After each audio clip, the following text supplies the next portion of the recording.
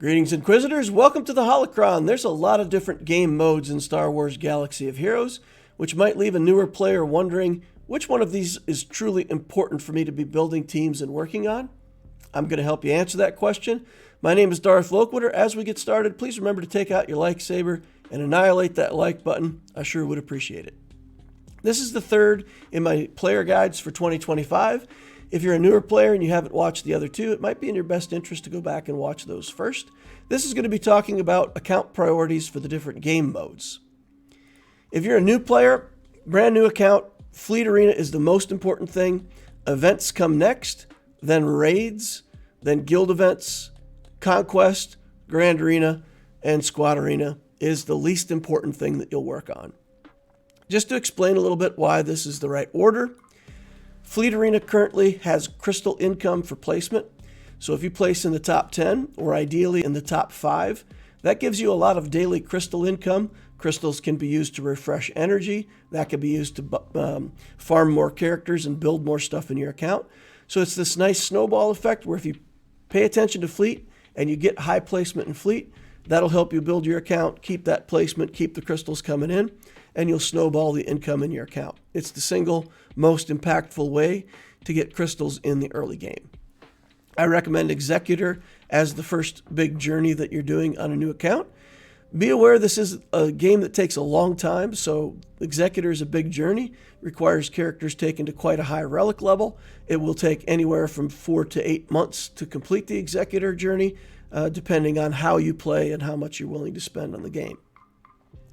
But the Executor is going to guarantee early Fleet. Until then, you have to do the best you can, and if a Lightspeed bundle comes out that has Fleet in it, it is definitely in your best interest to buy that Lightspeed bundle and make sure that everybody else doesn't establish a fleet that's clearly better than yours. So keep up with that. Make sure that you're placing well in Fleet. That will get you the most income for your account in the early game. Second most important thing is events. I'm not going to go through every event that appears there. I'll talk about some of the more important ones, but do pay attention to those events and try to make sure that you have characters that qualify for credit heist and all of those things. Assault battles are important. It's not important to be able to clear the assault battle all the way to the top challenge tier, but there's partway through, there's challenge tier 1. And Challenge Tier 1 provides rewards that include injector parts. There's 3 different kinds of injectors in the game that are used to make characters at relic level. And they're not easy to get for an early game player, let's say from other sources of loot or for free. So you have to buy them out of the shops or farm them. But assault battles are a way that you can get 5 of each type of injector part every time you complete a Challenge Tier 1 assault battle. There's a lot of different assault battles. We're going to talk about 3 of them. I'll give you some advice on how to prepare for those very early on. Galactic challenges also appear in here, and those now feed into the episode system. And it's in your best interest to have at least one really good team so that you can get in there and get some objectives completed for the galactic challenges to do better in the episode system. Smuggler's Run is an event that's really worth it for early game players to try to build for. You're going to be building Han Solo anyway. I always recommend a CLS team as one of the first teams that you're willing to take to full relics. That's Commander Luke Skywalker. Han Solo's on that team. You can buy him out of the shop. It'll take you a while, but you can gear up Han Solo. You want to gear him anyway. Dash Rendar can be purchased out of the Cantina. He's another character that's good. He's versatile. There's several different teams that you could put him in. He's a smuggler, and just with Dash and Han, those 2 characters can handle Smuggler's Run. Then you'll need 3 other characters, and the highest tier will take those characters at 6 stars. You can get young Han out of the shop. Kira and L3 can be farmed out of the Cantina, so you can establish an early Smuggler's Run team pretty easily. For the assault battles, the Imperial Troopers can do 2 assault battles at Challenge Tier 1. So that's the highest impact team early on to get these assault battles under control. I recommend a team of Veers, Stark, Piet, Moff Gideon, and Stormtrooper. There's a lot of shop characters, pretty easy to farm. You need 2 Zetas to make this team run fully effectively, 1 on Piet and 1 on Veers. And that'll get you 2 of the assault battles with low gear troopers. For myself, I put a relic on Moff Gideon, and with very low gear troopers and a relic Moff Gideon, I was easily able to do 2 of these. The troopers have a mechanic where once they get a kill, they get more turn meter, and if you have them built correctly with these 2 Zetas that I'm talking about, the troopers will start out, and as soon as they get their first kill, the enemy team never gets to go again until you complete the assault battle. One of them, Han, will interrupt you on round 7, but yeah, as long as you have a relic damage dealer, you should be able to get through these events with pretty low gear on your other troopers. As I said, the CLS team is something that I recommend working on early on, and it won't be that hard. If you're on the Executor journey, you'll still be able to farm some other characters, and you'll be able to work on that CLS team and get that unlocked. Farm up 3PO and Chewie. C-3PO is hard to get to early in the game. It requires Ewoks, and you have to have 7-star characters to do Challenge Tier 1, and it's pretty hard to get a 7-star C-3PO. So what I did on my latest account, I played this CLS team, and then I had Mon Mothma that I was building anyway. You can take any other 7-star Rebel and throw in the team instead of C-3PO, and you should be able to do Challenge Tier 1 without too much trouble. So that'll get you 3 of those assault battles at Challenge Tier 1, and then you can work into the other ones later on. When talking about raids, when you're in a guild, everybody in the guild will be getting tickets for spending energy. You can get up to 600 tickets per day, and the raid triggers at a certain ticket total based on everybody from the guild and what they've contributed. So you'll need a 7-star character to be in the raids, and if you get better placement, then you get more gear. Sometimes beginner guilds are using something like a heroic Sith raid or a speeder bike raid. As quickly as possible, you want to get into a guild that's doing the newest of the raids. We'll talk about that here in a minute, but getting Mark III raid tokens is very important, and if you're not getting Mark III raid tokens, you're going to be building your account more slowly. So in the current raid for Naboo, easy team for anybody to build. We've got these starter Jedi, Luminara, Kit Fisto, Mace Windu, Qui-Gon Jinn, and then Grandmaster Yoda you can unlock just by having other Jedi. This team, as shown here at Gear 12, can get 450,000 contribution for the raid, pretty reliably. So having this team will then qualify you, for example, to join a guild that's doing the latest raid, and you'll be able to make a contribution, help the guild. So it's in your best interest, once you're working on your big fleet, once you've got some of these events under control, establish yourself a raid team and try to get into a better guild. Guild events goes along with number 3. Territory wars, territory battles, you get a lot of rewards out of these. If the guild asks you to build something for territory wars, consider helping the guild out and doing what they're asking you to do, because winning those really does give you a nice set of rewards. Starting out, in the early game, you might be doing something like light side Hoth and dark side Geo for the territory battles. And if you do that, then you want to build a Geo team to be able to do the Wat Tambor mission and help your guild in that way. Number 5 is Conquest. Now we've gotten into the things that are less important. So for Conquest, basically, you're going to build the teams for fleet, for assault battles, for guild events. You're going to do all that stuff, and then you're just going to use whatever you've got in Conquest, and it'll be fine.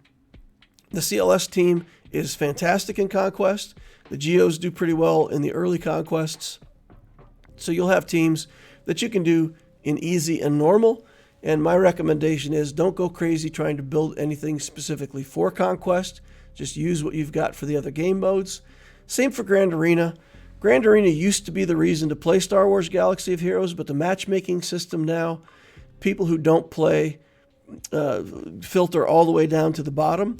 So as a brand new player, you could easily be playing against an account that's 11 million galactic power. And if that player plays against you, you will always lose. If they forget to play, you will always win. So it's not a very good reason to be building teams in the early game. Build your teams for economy. Don't build them for Grand Arena. And the last is Squad Arena. The game will make you feel like Squad Arena is important, but it's truly not. I don't think I've ever placed higher than 500 on my Lex Talionis account, and I've been playing that for a little over a year. The account's fine. I've never missed out on anything. So you have to be in Squad Arena. Just put your best team in there, get whatever you get. It's fine. It truly doesn't matter. So mid-game, we're going to talk about the game modes as you go into the mid-game. Things are going to change a little bit. Priorities are going to change. So let me define what mid-game is, because this is a game that takes a very long time to establish and play. I tell people that it takes about 7 years to get from the start of the game to the end game. Some players may achieve that in less, but just keep in perspective that it's a very long time. So mid-game isn't, after you've been playing the game for a couple months. What I'm talking about in mid-game, you've got a big fleet established. You've got your fleet placement under control. You're in hard conquest, which means you have at least 4 million galactic power and enough teams to do well in hard conquest. And you've established your ongoing economy events, guild events. So a big fleet, 1 galactic legend, you're in the current raid, and you're in a good guild. That's my definition of mid-game. And then that'll go from 4 million to about 10 million galactic power. So, long time. For the mid-game player, the most important thing is guild. Conquest is next. Then fleet arena, episode progress, grand arena, events, and squad arena is once again dead last. The reason I put guild as number one, if I do a loot analysis and try to figure out the most efficient way to get all the loot in the game in the right way, to debottleneck everything and make relic characters as fast as possible. When I do that analysis, far and away, the biggest impact on how fast you can make relic characters in the game is how well your guild does in events and the current raid. The Mark III raid tokens are critical for success, so being in a good guild that's getting a good reward box and lots of these Mark III raid tokens will make a huge difference. Similar when you're in territory wars, territory battles, if you're in a good guild that wins a lot and plays at a higher level, the loot for those events is really good, and it helps a lot with your account building. So this really is the number one game mode. What it means, you're playing very selfishly in the early game, right? You build the Executor because you need it for your own account. You're building smugglers, assault battle teams, CLS team for conquest. You're building a lot of stuff for yourself, and then you contribute what you can to your guild.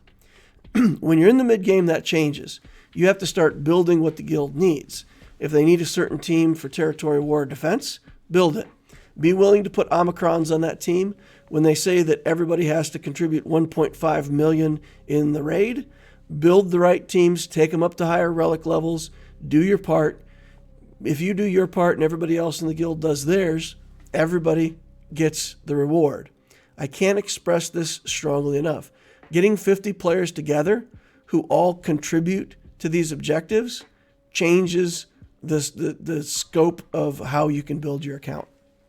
It's the most important thing to do, and it does mean that you will have to give up being quite so selfish and build stuff sometimes just for the guild. Second most important game mode is Conquest.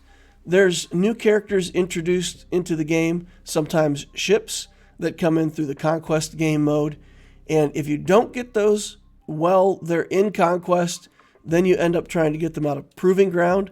The Proving Ground battles are insanely challenging. So for several of the Proving Grounds, if you don't have exactly the right team, the Galactic Legend level team with just the right characters, you can't beat the Proving Ground anyway. So you could be at 240 shards of a character that you want, and you'll be locked out of that character until you can get a team that can do proving grounds, and then you still have to complete like 6-7 months worth of proving grounds to get it. So it becomes very important that when these characters are in Conquest, that you are able to get them during the time that they're available. The first step is to get yourself able to get Box 5. I recommend that if you can get Box 5, buy the pass, and that will get you the characters unlocked in 6 rounds of Conquest. So build teams, pay attention to that. Once you're at 4 million, once you can get into hard Conquest, that becomes the most important thing that you have to build for selfishly. When you look at fleet episodes in Grand Arena, this is just sort of things that you have to pay attention to.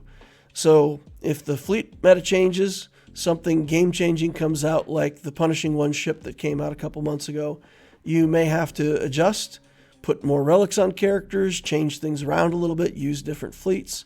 But you want to make sure that you maintain that top 5 fleet placement if you can. But as long as things stay the same and you're in top 5 of fleet, you can just kind of coast there for a long time before you have to build more fleet stuff. When you're looking at the episode quests, sometimes they have the newest characters in there. Pay attention to those things. Do that part. Get good progress on your episode track. It's worth it. Squad Arena is still coming up dead last. Events in the mid-game. In the mid-game, the events will come to you. So should I build a Night Sister team just to do an assault battle? Well, that's a question that you have to answer yourself. But the way I propose to people is when you have a reason to build Night Sisters, when it makes sense for you to build them, then get the assault battle. Let's say you have a SLKR team and you hear that, putting Daka and Zombie onto an SLKR team will help you beat certain teams in Grand Arena. So you want to build those characters to go into your SLKR team. Well, if you're going to build those characters anyway, then now's a good time to prepare that team and make it so that you can do the assault battle at Challenge Tier 1 for the Night Sisters. So that's why I put events very low on the list. I think a lot of that comes down to, when you're working on a character that's relevant, you want to get the event taken care of, but that's not a reason to go build things in your account. So that's going to wrap up. That's going to be the end. Just to summarize, we'll go back, we'll recap. New players, fleet first, then look at those events and try to get teams qualified for the events. Pay attention to raids, guild events, Conquest, Grand Arena, Squad Arena. When you hit the mid-game, guild support becomes the most important thing. Do well in the raids, do well in the events. Pay attention to Conquest. Be able to unlock those characters while they're in Conquest. Don't lose your placement in Fleet Arena. You've earned it. Keep it. Look at your episode progress, Grand Arena, events, and Squad. Thank you all for watching. I appreciate each and every one of you. Please hit that like button on the way out if you didn't hit it on the way in. Subscribe to my channel to see more of this stuff in the future. Use the notification bell so you know when I'm doing my live streams. There's a Discord link up above in the description of the video down below. Either one of those locations, click on that. It'll take you over to the Discord. It's a friendly community. Lots of people willing to help out newer people. There's an Ask Loquitur channel. You can ask me questions directly, and I'll try to get you an answer when I can. Thank you all for watching. I will see you in the next Holocron.